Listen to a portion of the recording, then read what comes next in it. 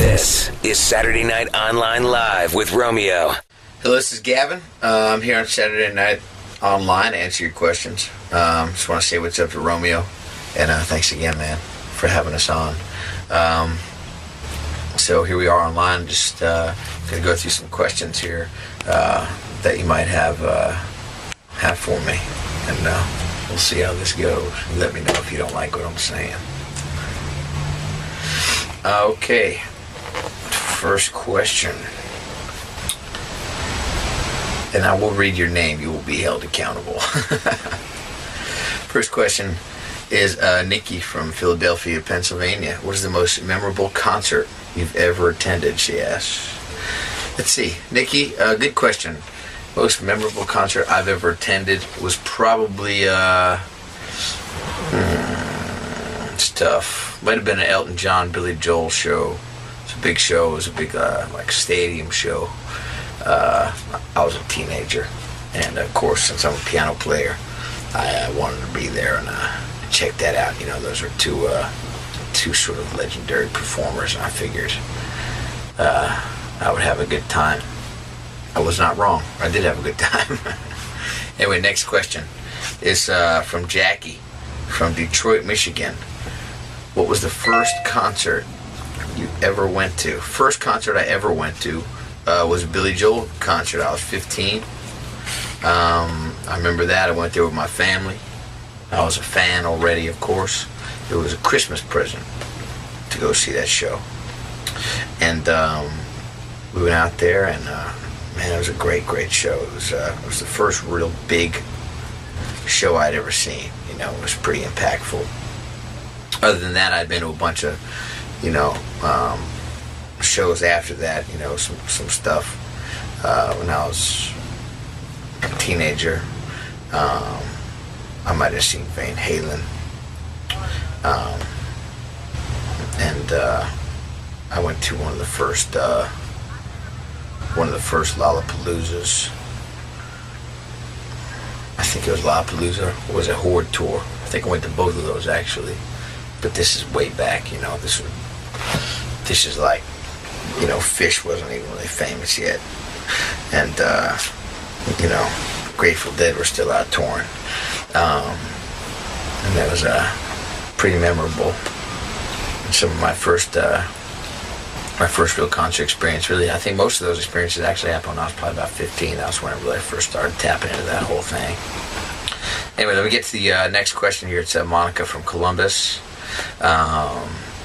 Georgia. Where is your favorite place to have traveled so far? Well, good question there, Monica. It's hard to pick, honestly. It's a big, big world. Even though you can fly to a different country or different city across the globe in a day or less than a day, it's still a big world, and there's a lot of really great places I've been. I've been to some amazing towns, some great cities here in the U.S., obviously New York City, Austin, Texas, Nashville, Tennessee. There's some cool areas in LA, Santa Monica, Venice. Then when you get out of the country, there's some great places. Even just going up into, staying on this continent, going up to Montreal. Some great stuff. Vancouver.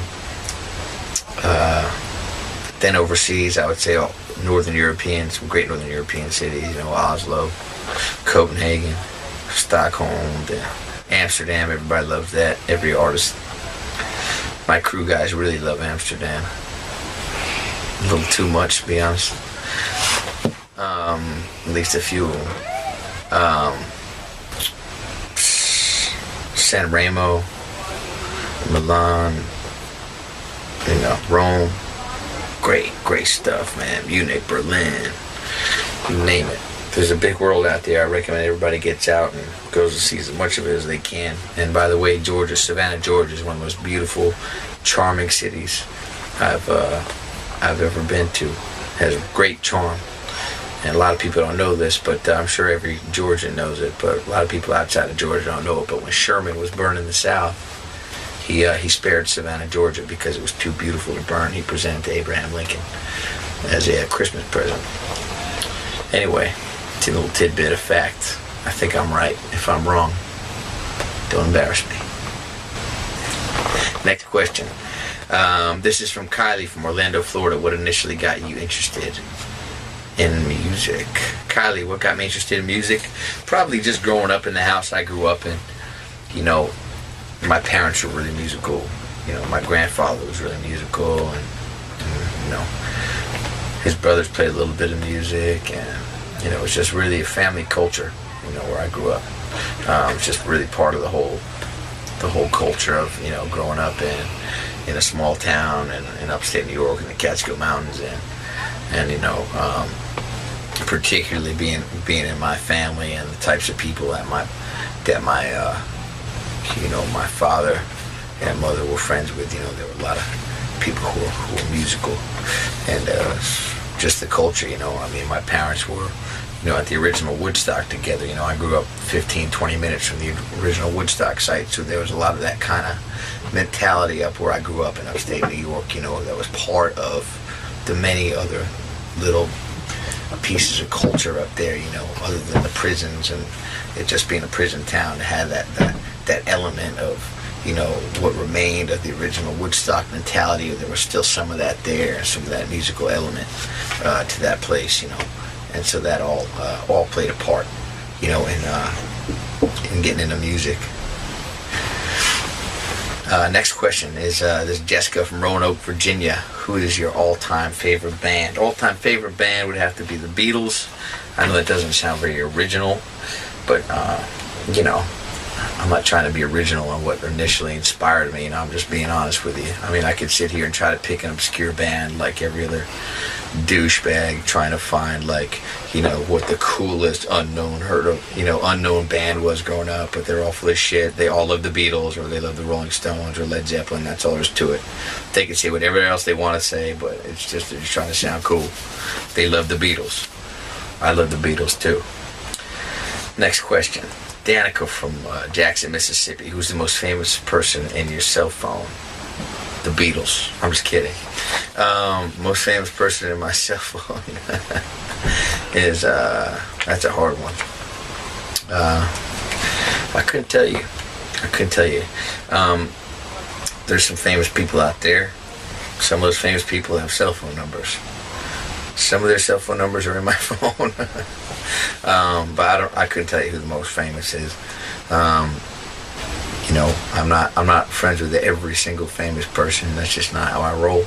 You know, I'm friends with the ones that that you hit it off with. You know, if you hit it off with them, great. You got their number. But if I told you who the most famous one was, maybe another one would call me and be like, actually, Gavin, I'm more famous than he is. So that I don't want to start that kind of situation. I'm kidding. That situation obviously would never come up. But I'm just saying, everybody has feelings. Anyway, next question. Christina from Orlando, Florida. What is your favorite song to play live? My favorite song to play live. This I cannot choose either. Sometimes I get asked questions that I just simply cannot answer.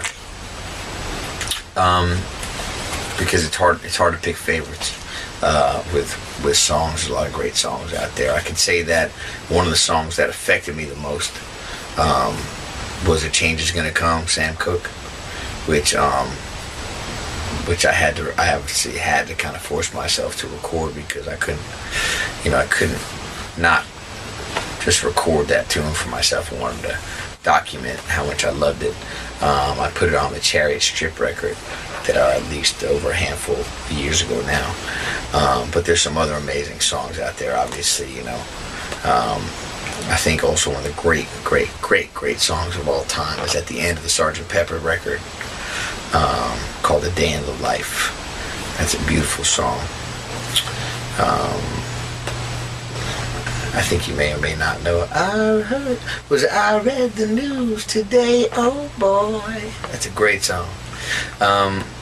Some other great songs. I like Hank Williams. Love Hank Williams. "Setting the Woods on Fire." It's a great track. Marty Robbins, El Paso, song that my granddad was buried to. Down in the West Texas town of El Paso. Great song. There's a lot of great music out there. But it's hard to choose only one song, of course. Let's move right along here. Next question. Van from Las Vegas. Thank you, Van. It's a nice compliment. You write such beautiful, relatable songs. Thank you. That's nice of you. Have you experienced all the emotions in your songs, or are you just great at visualizing what someone would feel in this journey of life and love? Oh, that's a nice compliment, man. Oh, it's not a man. It's a girl, isn't it, Van? If it is a girl, I believe I met 2 Vans in Las Vegas. They both came up to me together. If that's you, it may be the 2 of you. It's hard to say. I would say the majority of the things that I write about, I personally have experienced, and the things that I haven't lived through myself, I have watched people go through. So, they say to write about what you know. So that's the way I go about it. Even when people write fiction, they usually include the things that they know to apply to their story. So when I sit and I write songs, I really include the experiences that I've had and the people around me have had. It's just what allows me to feel like I'm most connected to the art, and also as a performer. When you're playing live shows, and I think live shows really are, what keep you going. It's really important to feel like you have a connection to the songs. Otherwise, I don't think you could execute the songs every night. I just don't think a performer would have the drive to execute the songs every night if they didn't feel really connected to the music and to the stories. Next question, Kelly from Lebanon, New Hampshire. What's the weirdest thing anyone has ever done to get backstage or to meet you? The weirdest thing anyone's ever done? Well, I think some people do weirder things than others. I'm sure the weirdest of things I haven't even heard yet, because that probably gets told to security guards and things like that. Every once in a while, security guards will. It's kind of a funny question, even go there. Sometimes security at the shows will come over and tell me, what certain people have offered them to come hang out backstage and things like that. I obviously won't repeat those things, but they go beyond what is considered normal everyday behavior. I won't even go there. Next question is Sydney from Atco. Who's influenced you to become a singer and be in a band? Wow. Well, other than the obvious other musical influences, like all the the baby boomer rock bands, the Woodstock era stuff, and the old soul music and old country music and things like that, all that great old music, that I fell in love with. My biggest musical influence came from my own household. Here my family members play music. Sitting around, people playing guitar or piano in the house, and probably my dad was the biggest musical influence. Just watching him play guitar on the couch, or sitting at the dining room table with his guitar in his hand, and getting up in the morning, going to school, he'll be sitting there having a cup of coffee, strumming or figuring out a song or whatever, singing a little bit.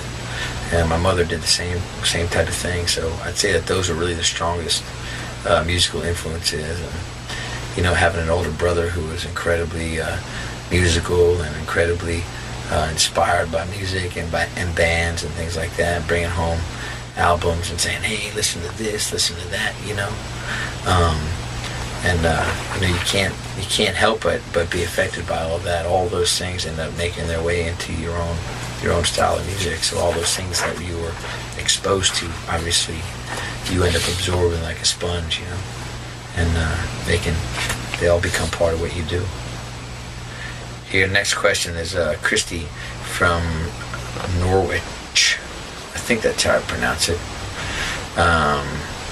What advice do you have for musicians who are trying to pursue the music industry and make it big time?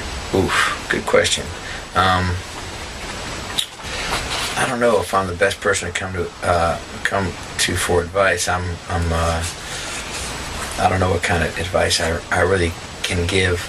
I would say just be tenacious. Stay inspired. Do the things that inspire you, and I think it goes for all careers. Whatever it is that you're passionate about. I won't forget what my father said to me. He said, just because you're becoming a musician doesn't mean you're not gonna have to work just as hard as everybody else to be successful at it.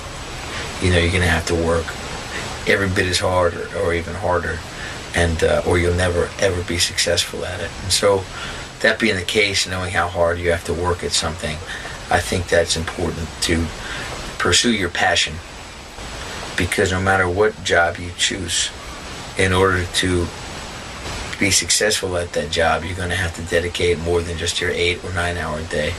And so I find that you put the most time in when you're passionate about something. Since you're going to if you're going to have to work hard anyway, you may as well choose something that you want to work hard at. That's my perspective. Next question, Patty from Milwaukee. What is the thing you miss the most while you're on tour? Good question.